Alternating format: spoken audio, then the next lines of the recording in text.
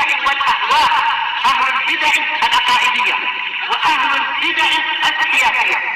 نقول بيننا وبينكم السلف، بيننا وبينكم الكتب، كان فيقول البدع بيننا وبينكم.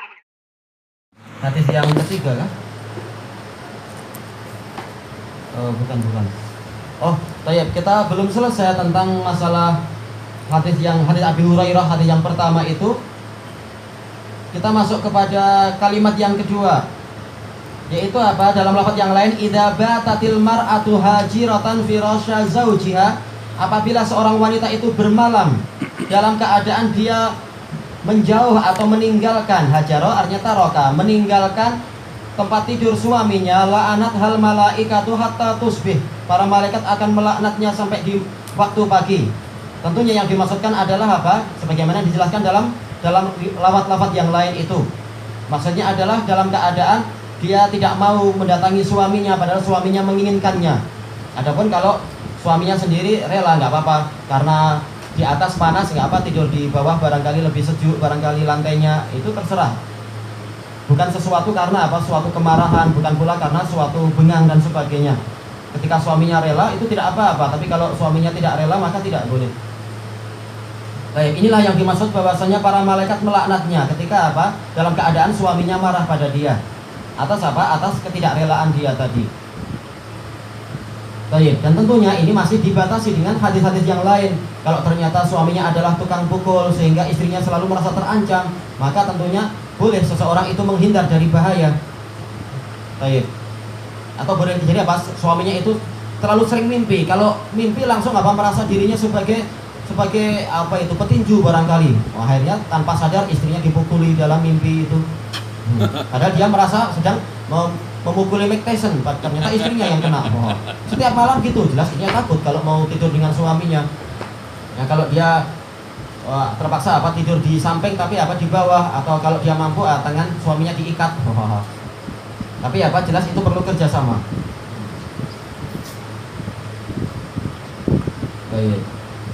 Kemudian apa? Ini pembahasannya hampir sama dengan yang kemarin. Masalah apa? Malaikat melakukan itu karena apa? Taat pada Allah Ta'ala, mengetahui bahwasanya ini adalah kebatilan dan akan menyebabkan suami akhirnya berpaling dari istrinya dan cari yang lain kalau istrinya sering melakukan perbuatan semacam ini. Dan nanti akan menimbulkan apa? Menimbulkan bencana banyak. Dan kita tahu bahwasanya bencana itu adalah apa? Adalah akan mendatangkan laknat. Maksiat-maksiat itu akan mendatangkan laknat. Dan dalam riwayat yang lain Rasulullah sampai bersumpah, dan kita sudah mendapatkan ucapan dari Ibnu Hajar rahimahullahu ta'ala bahwasanya dalil ini dan dalil-dalil yang semacam itu menunjukkan apa? Jawazul halif min ghairi istihlaf litakidil khabar. Boleh bersumpah tanpa dituntut untuk bersumpah. Demi apa? Demi memperkuat berita. Kita tahu Rasulullah kalau tidak bersumpah pun beliau adalah Rasul yang sangat dibenarkan. Beliau adalah Rasul, wajib diterima dan wajib dibenarkan dan diimani. Ternyata itu pun Rasulullah SAW sampai bersumpah, menunjukkan ini bukan perkara yang layak ditakwil lagi. Betul-betul ini adalah sesuatu yang pasti terjadi. Itu sesuatu yang sangat dikhawatirkan terjadi. Ini ancaman. Kalau Allah menghendaki itu terjadi, kalau Allah menghendaki Allah mengampuni. Tapi ini adalah sesuatu yang sangat dikhawatirkan terjadi. Malaikat itu betul-betul akan melaknat. Kayak itu kalau yang melaknat hanya malaikat. Dan kita tahu para malaikat itu ikut Allah Ta'ala. Makanya para ulama mengatakan hadis ini menunjukkan Allah Ta'ala itu di atas langit sana juga.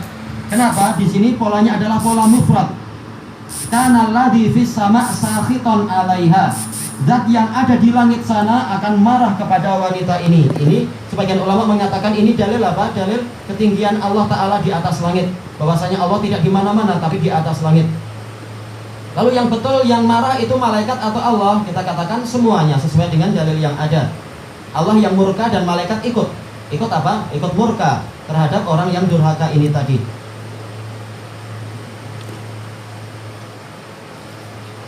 Baik. Di sini Rasulullah SAW bersumpah apa itu? Bahkan mendatangkan pola nafi dan isbat sebagai apa? Sebagai hasar, pembatasan. Ma min rajulin yad'u imra'atahu ila firasyih. Tidak ada satu orang pun dari lelaki yang ngajak istrinya naik ke pembaringannya, naik ke katilnya atau naik ke tilangnya, fata'ba alaih, ternyata istrinya tidak mau. Boleh jadi dengan alasan apa? Ini katilnya terlalu keras, ini springnya perlu diganti dan sebagainya, maka ini bukan alasan yang betul. Rasulullah SAW beliau katilnya kita sudah tahu seperti apa, banyak dihampari oleh kerikil, kemudian baru di atasnya dikasih apa, dikasih semacam kain atau tikar, itu pun masih membekas di pinggang beliau. Sampai Umar menangis melihat itu, dan para sahabat menangis melihat keadaan Rasulullah. Tidak ada zaman dulu apa itu Dunlop pillow atau yang lain-lain yang gebu-gebu itu. Tapi apa, memang harus sabar di dalam suasana suka dan duka. Tayyib. Maka walaupun dalam keadaan seperti itu, kalau istrinya tidak mau, maka ternyata apa, Allah Ta'ala murka kepada wanita tadi. Tayyib. Illa kana alladhi fis sama. Nah, di sini ada peringatan. Kenapa tidak sekedar mengatakan kecuali pasti Allah Ta'ala murka kepadanya? Kenapa dikaitkan dengan fis sama? Dijelaskan oleh Ibnul Qayyim bahwasanya langit itu adalah mahilul azamah, tempat keagungan. Maka manakala sekarang Rasulullah mendatangkan tempat, yaitu tempat keagungan, yaitu langit, zat yang ada di langit sana, jelas maksudnya adalah di atas langit. Ini untuk apa? Untuk semakin menakut-nakuti orang yang diancam. Menunjukkan apa? Betul-betul Allah Ta'ala tinggi di atas langit sana, di tempat keagungannya. Di tempat keagungannya dia marah kepada makhluk yang sedang durhaka di bumi ini. Ini adalah pola yang betul-betul membuat seseorang itu harusnya ketakutan. Dari sudut pandang apa? Rasulullah bersumpah, dan Rasulullah mendatangkan pola hasr, pembatasan, dan bahkan apa? Mendatangkan pola ta'zim, pengagungan, yaitu zat yang di langit sana. Tayyib. Ini menunjukkan apa? Bahwasanya ini perkaranya betul-betul perkara yang sangat besar, bukan perkara yang remeh dan sederhana.